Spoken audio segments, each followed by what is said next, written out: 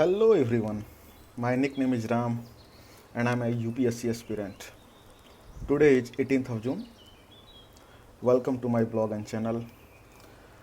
As you see here, in today's blog, we will discuss about UPSC syllabus of general study papers. Okay, so let's start.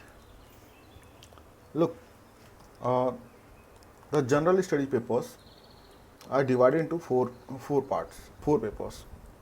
Okay, four papers and 250 marks each paper. It's 1000 marks of general studies in UPSC mains. और यही जो GS के topics हैं, इनके core जो components हैं वो prelims में आ जाते हैं। ठीक है, मेंस में डेप्थ एनालिसिस होती है और प्रीलिम्स में आपकी विड्थ होती है। प्री एक एग्ज़ाम है जिसमें आपको अपने आप को रिजेक्ट होने से बचाना है। ठीक है, और मेंस में आपको सेलेक्ट होना है, दूसरे को पीछे करना है अपनी काबिलियत के दम पे, अपने टैलेंट, अपने हार्डवर्क के दम पे। ठीक, तो चलो थोड़ा डिकोड करते हैं syllabus of general study paper. थोड़ा शॉर्ट में, डेप्थ में नहीं जाएंगे, फिर भी बहुत ज़्यादा हो जाएगा, लेकिन फिर भी शॉर्ट में करते हैं, डेप्थ में फिर कभी और करेंगे, है ना। So this is general studies paper 1, जिसको हम GSM 1 बोलते हैं, और ये होता है 250 मार्क्स का। ठीक है, इसमें अगर हम बात करते हैं, देखो सबसे पहले होता ये है कि मान लो कि आप किसी भी एक सर्टेन एरिया में जाने वाले हो। ठीक है, एज एन ऑफिसर बन के इस एरिया में जाने वाले हो, आपको इसके बारे में you must know about it's geography, it's history, it's all. तो वैसे ही है कि आप यहाँ पे जाने वाले हो तो आपको क्या जानना चाहिए कि हाँ, currently I am living in this small town village, I am planning to move to Delhi या फिर किसी और सिटी में। अब यहाँ से इस एरिया में जब मूवमेंट लेंगे तो सबसे पहले तो हम मालूम करना पड़ेगा ना कि हाँ, कि जहाँ पे हम जा रहे हैं वो कैसा है, उसका जियोग्राफी कैसा है, वहाँ की हिस्ट्री कैसी है। ठीक, वहाँ का कल्चर कैसा रहा है, वहाँ की सोसाइटी कैसी है, सब कुछ हम देखते हैं। ठीक, तो सेम वैसे ही कि सबसे पहले कि आप यहाँ पहुँचने वाले तो आप क्या देखोगे, जियोग्राफी। ठीक है, जियोग्राफी काफ़ी सारे थिंग्स में डिवाइडेड है। जो है आपका सबसे पहले वर्ल्ड फिजिकल जियोग्राफी। अब इसमें आप पढ़ते हो जियोमॉर्फोलॉजी हुआ, ठीक है, क्लाइमेटोलॉजी हुआ, ओशियनोग्राफी हुआ, बायोजियोग्राफी हुआ, इन जनरल वे। ठीक है, नॉट इन डेप्थ। डेप्थ में अगर पढ़ना है तो वो आपको ऑप्शन में पढ़ना होता है, जो 500 मार्क्स के पेपर होते हैं, 2 पेपर होते हैं 250 नंबर के। ठीक है, जियोमॉर्फोलॉजी, हाँ, क्या पहाड़, क्या पर्वत, क्या पठार, क्या प्लेट्यू, ठीक, माउंटेन्स, रेंजेज, रिजेज, ये सब हम पढ़ते हैं यहाँ पे। क्लाइमेटोलॉजी में कि हाँ, एयर मास कैसा है, वेदर कैसा है, ठीक, क्लाइमेटिक कंडीशंस कैसे हैं, रेन, एयर मासेज, ये सब। ठीक है, ओशियनोग्राफी में अबाउट ओशियंस, बायोजियोग्राफी में अराउंडिंग हमारा इन्वायरमेंट, सराउंडिंग्स, ये सब हम पढ़ते हैं बायोजियोग्राफी में। जब वर्ल्ड फिजिकल जियोग्राफी हम पढ़ लेते हैं तो आता है फिर इंडियन जियोग्राफी। ठीक है, बेसिकली हम इसको एज एन अर्थ होल लेके हम पढ़ते हैं। अभी जब हम यही सारी चीज़ें अब हम किसके रेस्पेक्ट में पढ़ेंगे, ठीक, इंडिया के रेस्पेक्ट में।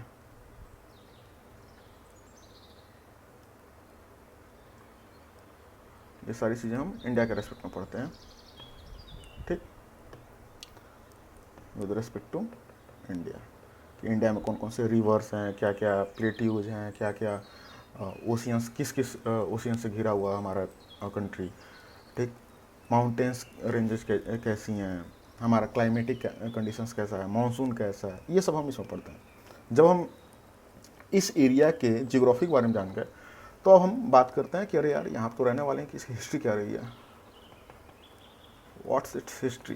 तो हम हिस्ट्री में बात करते हैं। हिस्ट्री थोड़ी लंबी हो जाती है क्योंकि हम सबसे पहले एंशियंट इंडियन हिस्ट्री बात करते हैं। एंशियंट इंडियन हिस्ट्री, ठीक। जब एंशियंट इंडियन हिस्ट्री जैसे कि ऋग्वेदा, पोस्ट ऋग्वेदा काल्स, अशोका, गुप्ता साम्राज्य, ठीक, ये सब हम इसमें पढ़ते हैं, ठीक है। इंडस वैली सिविलाइजेशन, हड़प्पा, सब यहाँ पे। फिर उसके बाद होता है मिडिवल, मिडिवल इंडियन हिस्ट्री। अब इसमें जो भी हमारे बीच में फॉरेन इन्वेडर्स आए हैं, फिर उसके बाद अलाउद्दीन खिलजी, फिर मुग़ल वंश, ठीक, स्लेव डायनेस्टी, फिर मुग़ल डायनेस्टी, ठीक, ये जो जो चीज़ें वो हम मिडिवल में पढ़ते हैं अप टू औरंगजेब, ठीक है। फिर उसके बाद जब ये हिस्ट्री होता है तो इसका थर्ड पार्ट आता है, वो जो होता है मॉडर्न इंडियन हिस्ट्री। तो जो मॉडर्न इंडियन हिस्ट्री होती है, यहाँ पे क्या सिस्टम चलता है, औरंगजेब इस टाइम में जो यूरोपियंस थे वो आना स्टार्ट हो गए थे, ठीक है। तो यहाँ पे वो औरंगजेब से लेकर 1947 तक हम यहाँ पे इसमें पढ़ते हैं और देखते हैं कि क्या क्या कैसे कैसे क्या क्या सिस्टम्स चेंज हुए, क्या क्या अंग्रेज़ों ने कैसे हम पे जुल्म किया या फिर कैसे हम पे रूल किया, क्या क्या पॉलिसी लगाई, कैसे कैसे सुधार करना स्टार्ट किया, कैसे वो बस आए थे तो जस्ट व्यापारी बन के, मर्चेंट, लेकिन कैसे वो रूलर हो गए, कैसे हम टूट गए, सब कुछ यहाँ पे। फिर गांधी आए, कैसे मतलब उससे पहले भी नेता थे, उससे पहले भी लीडर्स थे, बड़े बड़े लीडर्स आए, कैसे उन्होंने हमें इकट्ठा किया, कैसे हमें वो हमसे मतलब कि कैसे हमें आज़ादी दिलाई, ठीक। अप टू 1947 हम यहाँ पढ़ते हैं। अब अगला आता है post independence India. Post independence India मतलब कि आफ्टर 1947, 1947 के बाद क्या क्या हुआ है हम इसमें पढ़ते हैं कि हाँ मतलब कि क्या कश्मीर में कैसे कैसे इन्वेजन हुआ, कैसे एलओसी बना, ठीक है, कैसे कैसे वो यूएन में गया, फिर उसके बाद कैसे चाइना ने हमसे अक्साई लिया, तिब्बत इन्वेजन क्या है, फिर उसके बाद मतलब कोल्ड वॉर इरा में हम कैसे नैम लेके चलते थे, फिर क्या पंचशील पॉलिसी है हमारी, ठीक है, कारगिल वॉर क्या है, ठीक। मतलब कि 1947 जो भी काम हुए हैं अब तक वो हम इसमें पढ़ते हैं। हिस्ट्री में जब ये चार हो जाते हैं तो पांचवा होता है, थोड़ा सा ये भी है लेकिन अभी इसमें क्वेश्चंस जो हैं कम आ रहे हैं, दैट इज वर्ल्ड हिस्ट्री, विश्व इतिहास। इसमें बेसिकली आपका जितने इंडस्ट्रियल रिवॉल्यूशंस हैं, ठीक है, आईआर, वहाँ से लेके कैसे कैसे फ्रेंच रिवॉल्यूशन हुआ, फिर उसके बाद कैसे मतलब कि अमेरिकन रिवॉल्यूशन हुआ, ठीक है, सिविल वॉर है ये सब, फिर उसका वर्ल्ड वॉर हुआ, वर्ल्ड वॉर टू हुआ, ये सारे जो हैं डिटेल्स में पढ़ने होते हैं, ठीक, हिस्ट्री में। तो जब आप किसी टेरेन के बारे में, किसी एरिया जहाँ पे आप जाने वाले हो रूल करने के लिए, जहाँ पे आप जाने वहाँ पे गवर्नमेंट की गवर्नेंस डिलीवरी के लिए जाने वाले हो एज एन आईएएस ऑफिसर, ठीक है, या एज अ सिविल सर्वेंट, तो आपको जब जियोग्राफी जान लिया, हिस्ट्री जान लिया, तो क्या जानना होता है कि कल्चर के बारे में जानना होता है कि क्या क्या कल्चर रहा। तो बेसिकली जो कल्चर्स हैं वो हम, ये 3 एरियाज हैं, इसमें हमारा कल्चर कैसे डेवलप हुआ है, कल्चर डेवलपमेंट कैसे हुई है, ठीक, उसी को हम पढ़ते हैं, which is called art and culture, ठीक है, ठीक, आर्ट एंड कल्चर हो गए। अब ये 2 सब्जेक्ट्स हो गए, तो अब इसके बाद बेसिकली आप आर्ट एंड कल्चर जान गए, वहाँ के लोगों के बारे में जान गए, कैसे कैसे उनकी हिस्ट्री रही है, फिर उसके बाद वहाँ की जियोग्राफी के बारे में आप जान ही चुके हैं। तो आप क्या जानना चाहें कि वहाँ के जो लोग हैं वो कैसे रहते हैं, ठीक, उसको जानने के लिए फिर आप क्या पढ़ते हो, ठीक, सोसाइटी, समाज, सोशियोलॉजी पार्ट है, ठीक है। सोसाइटी में क्या होता है, बहुत लंबा जाने वाला शायद। सोसाइटी में होता है इंडियन सोसाइटी, ठीक है, हमारे लोग कैसे रहना स्टार्ट किए, क्या क्या पहले रहते थे, अभी कैसे रह रहे हैं, किस तरह से रह रहे हैं, किस एरिया में कैसे रहते हैं, ये सारी बातें। और फिर उसके बाद इंडियन सोशल डेवलपमेंट, कि हमारा जो सोसाइटी का डेवलपमेंट है वो कैसे हुआ, वो हम यहाँ पढ़ते हैं। बेसिकली जब इतने सारे सब्जेक्ट्स, यानी कि GS1 में 1, 2, 3, 4, 5, 6, 7, 8, 9, 10, यानी कि 10 सब्जेक्ट्स अप्रॉक्सीमेटली आपके GS1 में होते हैं। ज्योग्राफी का एक पार्ट होता है एग्रीकल्चर, कुछ लोग यहाँ पढ़ लेते हैं, लेकिन बेसिकली ये GS मेंस 3 में आता है, हम डिस्कस करेंगे, ठीक है। तो अब जब ये हमारा GS1 ख़त्म हो गया, तो फिर हमारा अगला क्या हो कि हम वहाँ के लोगों के बारे में जान गए, वहाँ के लोग रहते कैसे ये जान गए। तो फिर अब हमारा जानना तो रहेगा कि वहाँ पे हम रूल कैसे लेके आएँ, गवर्नमेंट रूल कैसे लगाएंगे, क्या क्या उनकी लाइफ कैसे इजी बनाएंगे, वो सब हम जनरली डिस्कस करते हैं जनरल स्टडीज़ पेपर 2 में, ठीक। इसमें जो सब्जेक्ट्स हैं आप देखोगे, सबसे पहले होता है, ये भी 250 मार्क्स का, ठीक है। इसमें जो पहला सब्जेक्ट है वो होता है पॉलिटी।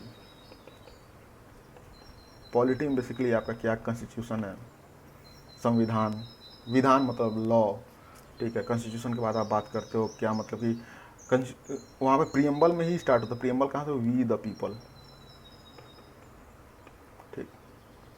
मतलब कि हम आम लोगों से ही पावर मिलता है, ठीक है, संविधान को हमारे लिए ही है, ठीक है।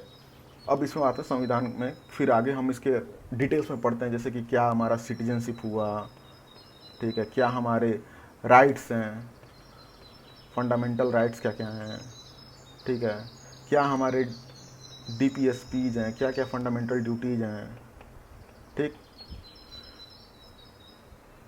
ये सब पढ़ते हैं। फिर उसमें पार्लियामेंट पढ़ते हैं, प्रेसिडेंट पढ़ते हैं, ठीक, वाइस प्रेसिडेंट पढ़ते हैं, प्राइम मिनिस्टर पढ़ते हैं, मतलब ये सब इनके बारे में पूरा डिटेल। फिर कॉन्स्टिट्यूशनल बॉडीज़ हुई, नॉन कॉन्स्टिट्यूशनल बॉडीज़ हुई, ये सब हम पढ़ते हैं। UPSC, इलेक्शन कमीशन, NHRC, ठीक, सारे डिटेल में, सारा सब कुछ डिटेल में, ठीक।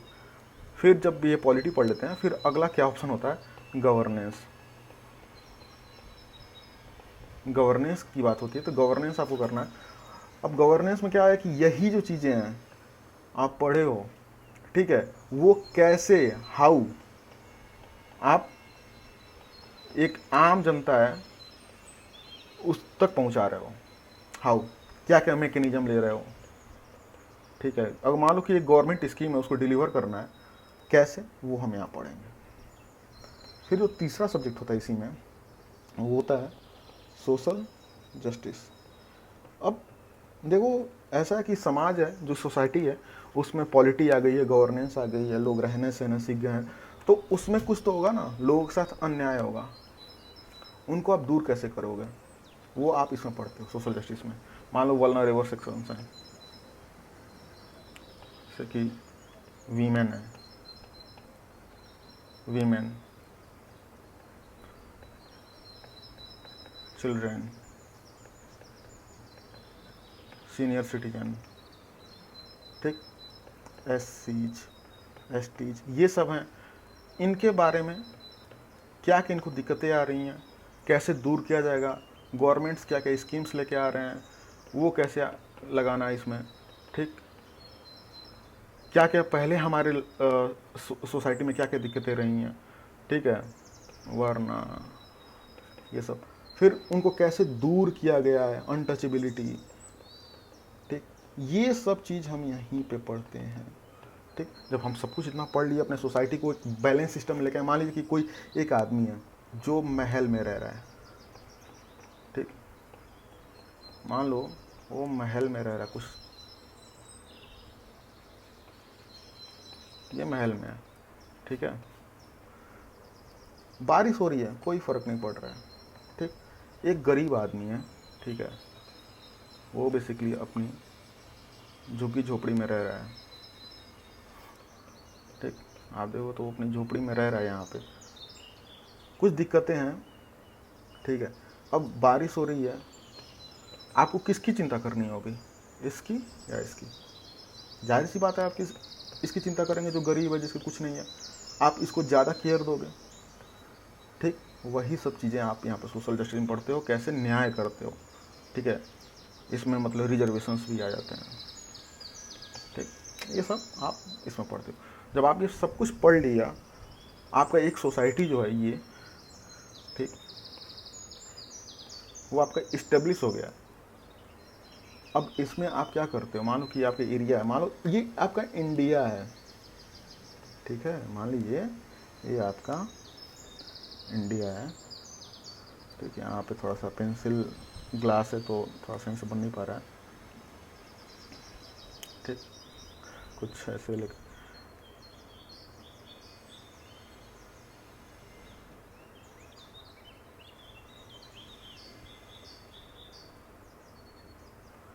ठीक, कुछ लिख चल रहे हो आप इंडिया में।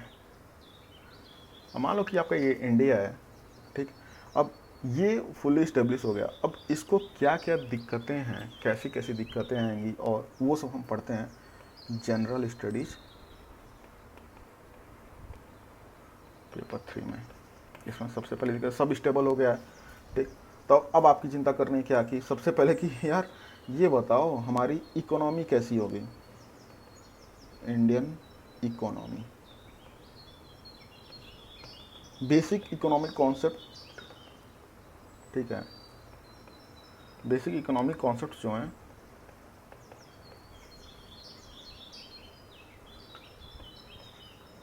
वो यहाँ पढ़ते हैं, और इंडियन इकोनॉमी क्या हाल है वो सब हम पढ़ते हैं, बजट, इकोनॉमिक सर्वे वगैरह यहाँ हम डिटेल पढ़ते हैं। जब हमारी इकोनॉमी आ गई है तब हमें क्या देखना है यहाँ पे, ठीक है। हम और देखते हैं कि ऐसा है कि चलो देखते हैं भाई कि हमारे एग्रीकल्चर में क्या क्या प्रॉब्लम्स हैं, वो आप दूर करने की कोशिश करते हो। फिर आप देखते हो चलो इन्वायरमेंट कैसा है भाई, ठीक है, तो इन्वायरमेंट भी पढ़ते हो, एग्रीकल्चर पढ़ते हो फिर इन्वायरमेंट पढ़ते हो कि अच्छा ठीक है हमारा यहाँ पे क्या क्या इफ़ेक्ट्स आ रही हैं, क्या क्या इन्वायरमेंट है हमारा, उसमें हम इन डिटेल आप पढ़ाई करते हो, ठीक है। क्या क्या टाइगर्स कितने हैं, कितने लॉयंस हैं, कितने मतलब कि IUCN रेड लिस्ट में कितने एनिमल्स हैं, क्या फ्लोरा है, क्या फौना है, आप सब डिटेल में यहाँ पे पढ़ते हो इन्वायरमेंट में, ठीक है। समथिंग रिलेटेड, सम ऑर्गेनाइजेशन, आप वर्ल्ड ऑर्गेनाइजेशन भी पढ़ते हो यहाँ पे जो इन्वायरमेंट से रिलेटेड है, ठीक है। क्या क्या ट्रेड एग्रीमेंट्स हैं रिलेटेड टू इन्वायरमेंट, ट्रिप्स हुआ, साइट्स हुआ, ये सब की बातें भी आप सब इसी में पढ़ते हो, ठीक है। किस टाइप के फॉरेस्ट हैं हमारे यहाँ, ग्रीन कवर क्या है, ये इन डिटेल हम यहाँ पढ़ते हैं। अब इकोनॉमी आ गई है, एग्रीकल्चर हो गया, अपनी इन्वायरमेंट की बात हो गई है, तो अब हम आगे बढ़ते हैं कि यार देखो यार ये सब तो ठीक है, लेकिन ये यहाँ पे एक चाइना है, ये हमें थ्रेट दे रहा है, यहाँ पाकिस्तान है, sorry I am really very very sorry, ये पाकिस्तान है, ये हमें थ्रेट दे रहा है, ये चाइना है जो ये हमें लगातार थ्रेट दिया है, ठीक। क्रिपिंग इनसर्कलमेंट किया जा रहा है, धीरे धीरे अपने सीमाओं को बढ़ाया जा रहा है, हम पे कब्जा किया जा रहा है। हमारे रिलेशंस कैसे हैं, ये श्रीलंका है यहाँ पे, ठीक, अंडमान निकोबार से यहाँ पे लक्षद्वीप, तो कैसे हमारा ये यहाँ पे मतलब कि इंडोनेशिया, जावा, म्यांमार, इन सब से हमारे क्या रिलेशंस आ रहे हैं, कैसे रिलेशंस है, ऑस्ट्रेलिया है यहाँ पे कहीं समथिंग ईयर, ऑस्ट्रेलिया से क्या रिलेशंस है, अफ्रीकन कंट्रीज है यहाँ पे, अफ्रीकन कंट्रीज में क्या क्या मतलब क्या सिस्टम चल रही हैं अफ्रीका में, हाँ, यहाँ पे यूरोपियन कंट्रीज हैं, इनसे क्या, तो ये सब चीज़ हम बात करते हैं अपने 4th सब्जेक्ट में जिसका नाम है इंटरनेशनल रिलेशन, यानी कि अंतर्राष्ट्रीय संबंध। इसमें हम डिटेल में इस सब्जेक्ट में बात करते हैं कि हमारे मतलब कि फॉरेन पॉलिसी क्या है, ठीक है। फॉरेन पॉलिसी के बाद हमारे मतलब कि रिलेशंस कैसे हैं हमारे विथ नेबर, ठीक है, पड़ोसियों के साथ, नेपाल, भूटान, चाइना, पाकिस्तान, बांग्लादेश, श्रीलंका, ठीक।